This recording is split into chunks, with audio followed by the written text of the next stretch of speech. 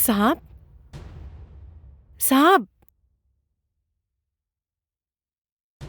क्या बात है साहब? मैं काफी देर से बुला रही थी, लेकिन आप किसी सोच में डूबे हुए हैं।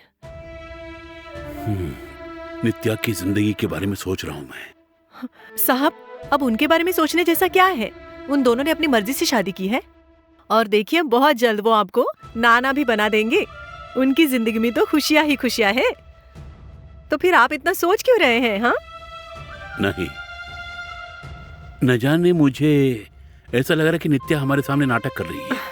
साहब आप ये क्या बोल रहे हैं? सच बोल रहा मैं। उस दिन सचमुच बीमार होने का नाटक कर रहा है मैडम वो। मैं तो हक्का बक्का रह गया। मैंने तुमसे कहा था ना, वो बहुत बड़ा आर्टिस्ट है। अच्छी एक्टिंग करोगे तो तुम्हें भी चांस मिलेगा। हाँ ठीक है मैडम।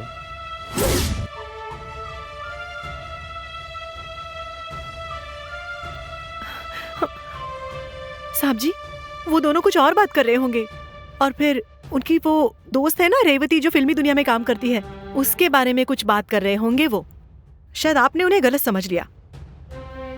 हाँ, नहीं, पहले मैं भी यही सोच रहा था, लेकिन नित्या का बर्ताव और उसकी बातें, ये सब देखने के बाद मुझे ऐसा लग रहा है कि दौलत पाने के लिए उस लड़के को नाटक करने के लिए बोल के लाई होगी। ये क्या? ये आप क्या कह रहे हैं? ऐसा कुछ नहीं होगा। उसके बारे में ऐसी गलत बातें मत कीजिए। अच्छे से जानता हूँ, तुम्हें मेरी बात का यकीन नहीं होगा, मैं अच्छे से जानता हूँ, लेकिन मेरा कहना बिल्कुल सच है सारिका। ठीक है साहब, अगर मुझे उन पर शक हो गया तो मैं आपको आकर बता दूंगी और उसके बाद ही आपकी बातों पर भरोसा करूंगी। ये लीजिए, फिलहाल चाय पीजिए।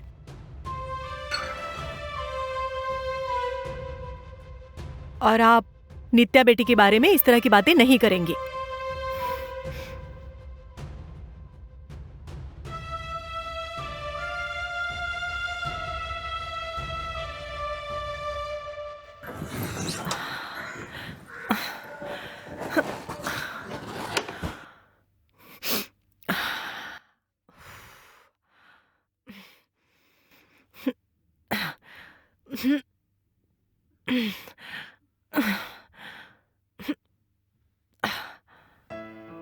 हाँ।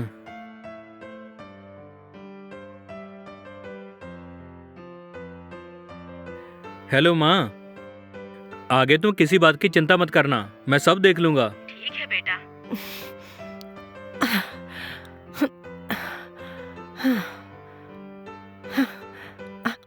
हाँ? और फिर पैसे मिल रहे हैं, मैं धीरे धीरे भेज दूंगा। तुम्हें जो भी दवा दारू चाहिए तुम ले लो। ठीक है बेटा। और कुछ दिनों की बात है, बस पिक्चर खत्म होते ही आ जाऊंगा। ठीक है ना माँ? तुम फिक्र मत करना, मैं पैसे भेजता रहूंगा। तुम्हें जो भी चाहिए तुम सीधे जाके ले लो। तुम देखना, बहन नौकरी पे बस थोड़े दिन जाने वाली है, उसकी इच्छा अनुसार मैं उसे पढ़ाऊंगा माँ। ठीक है ना?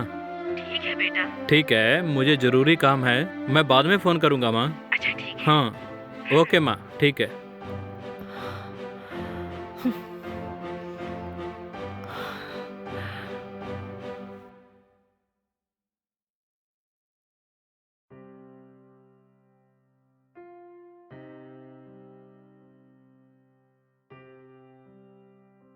हेलो महेश, एक ईमेल भेजी है मैंने तुम्हें भी, उसे चेक करने के बाद मुझे अपडेट करना तुम।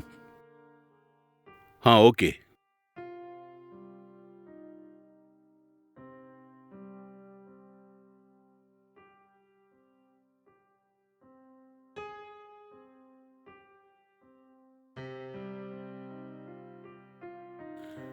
बेटा विजय। हाँ अंकल। अरे आओ, यहाँ के बैठो ना।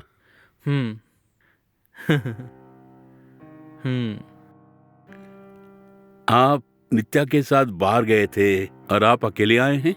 कुछ नहीं अंकल, नित्या किसी से मीट करने के लिए बाहर गई है। हाँ। उसे वहाँ छोड़ के मैं वापस आ गया हूँ। ओके। आप मुझसे बात नहीं करेंगे क्या? शायद आप यही सोच रहे ना कि मैं आपसे खफा हूँ। देखो बेटा, ऐसी कोई बात नहीं है, चाहे कुछ भी हो जाए, आखिर आप मेरे दामाद बन गए हैं ना।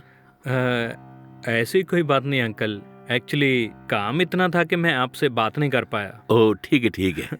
आपकी मुलाकात मेरी बेटी से कहाँ हुई?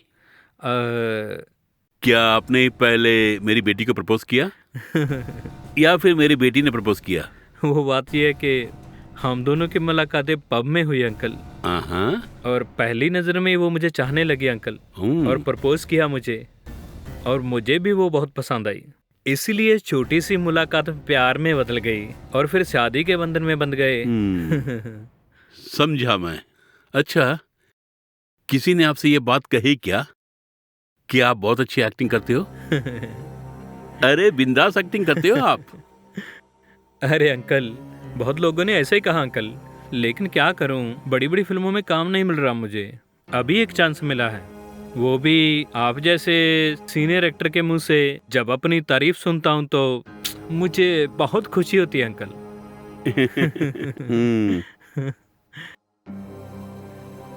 लेकिन मैं तो बिल्कुल भी खुश नहीं है बेटा। अंकल, अब आप रोने की एक्टिंग क्यों कर रहे हैं? बेटे, नित्या मेरी इकलौती बेटी है बेटा। हाँ?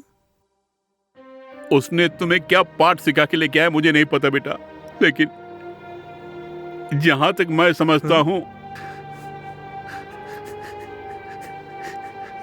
उसकी उम्र 30 साल की हो गई है बेटे। उसे शादी करने के लिए बोला तो उसने साफ इनकार कर दिया बेटे।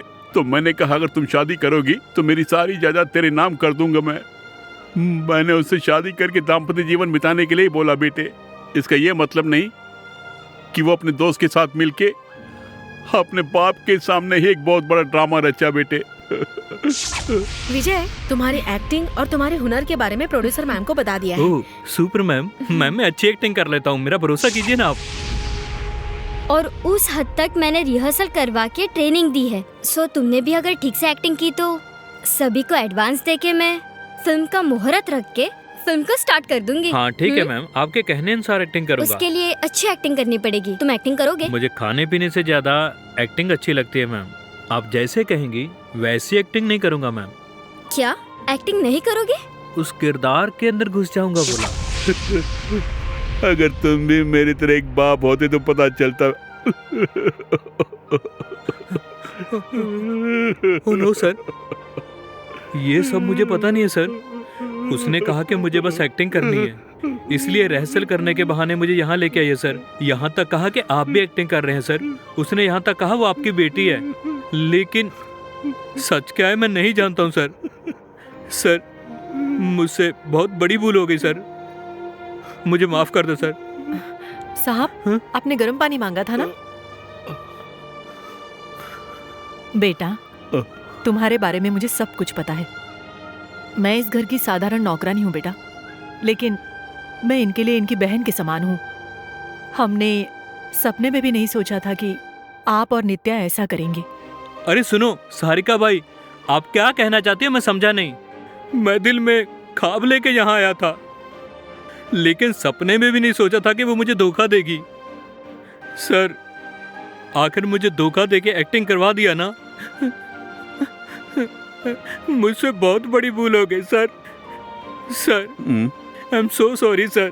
और फिर आज के बाद मैं यहाँ कभी नहीं रहूंगा सर।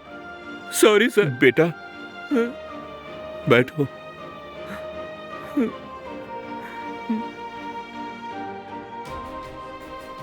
अगर इसी पल घर से जाओगे तो मेरी बेटी को शक हो जाएगा बेटा। उसे इत्मीनान से समझाना होगा बेटा।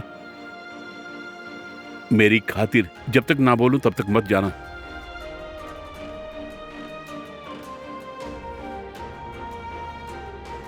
जब तक मैं बोलूं तब तक क्या एक्टिंग कर पाओगे तुम? मेरी बात सुनो बेटी, तुम्हारी एक्टिंग के हुनर को दिखाने तुम्हें जरूर एक मौका भी मिलेगा, और मेरी बेटी नित्या को एक नई जिंदगी भी मिलेगी।